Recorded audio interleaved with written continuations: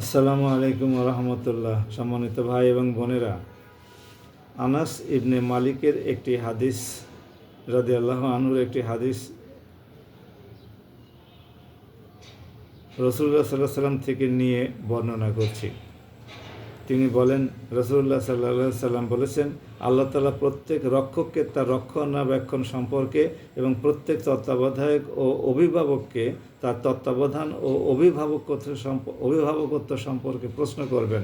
যথার্থই কি তারা তাদের কর্তব্য পালন করেছে অথবা অবহেলা হেতু তা বিনষ্ট করেছে।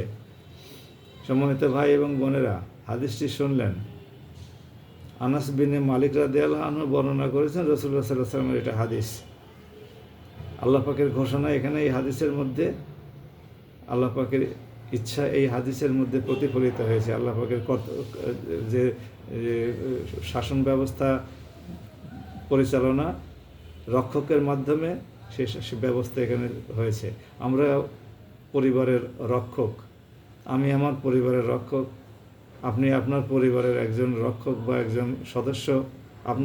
আপনি যদি সদস্য হন তাহলে আপনার পরিবারের একজন রক্ষক আছেন, প্রধান ব্যক্তি আছেন। তো আল্লাহ রাব্বুল আলামিন সেই প্রধান ব্যক্তিকে তার প্রধানত্ব সম্পর্কে, তার অভিভাবকত্ব সম্পর্কে প্রশ্ন করবেন।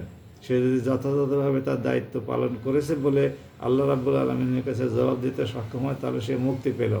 আর যদি তার উপরে অর্পিত যে দায়িত্ব, সে দায়িত্ব যদি সে পালন করতে পারে নাই, এটা প্রমাণিত হয়, পালন করতে পেরেছে এটা প্রমাণ করতে ব্যর্থ হয়, তাহলে তার বিপদের কোনো শেষ থাকবে না। কাজে আসুন, আমাদের উপরে আল্লাহ রাব্বুল আলামিন, সমাজ, দেশ যে দায়িত্ব অর্পণ করেছে, সে দায়িত্ব সততার সাথে এবং আল্লাহর বিধান অনুসারে পালন করে। আজ হোক কাল হোক এই দায়িত্ব সম্পর্কে আমাকে আপনাকে প্রশ্ন করা হবেই। যদি আমরা আমাদের উপরে অর্পিত দায়িত্ব সঠিকভাবে পালন করতে পারি তাহলে মুক্তি পাব, আর না হলে আমাদেরকে হস্তপদাদি বন্ধনরত অবস্থাতে বিপদগ্রস্ত স্থানে নিক্ষেপ করা হবে। আমরা কখনোই চাই না যে মহান আল্লাহর দরবারে আমরা বেইজ্জতি হয়ে দণ্ডায়মান হই।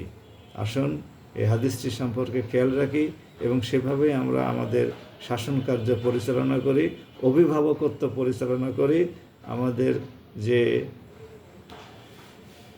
তত্ত্বাবধানের দায়িত্ব অর্পিত হয়েছে সেই তত্ত্বাবধানের দায়িত্ব সঠিকভাবে পালন করি। দয়াময় আল্লাহ আমাদেরকে তৌফিক এনায়েত করুন। ওয়া মা তাওফিক ইল্লা বিল্লাহ। আল্লাহ হাফিজ। বাংলাদেশ জিন্দাবাদ।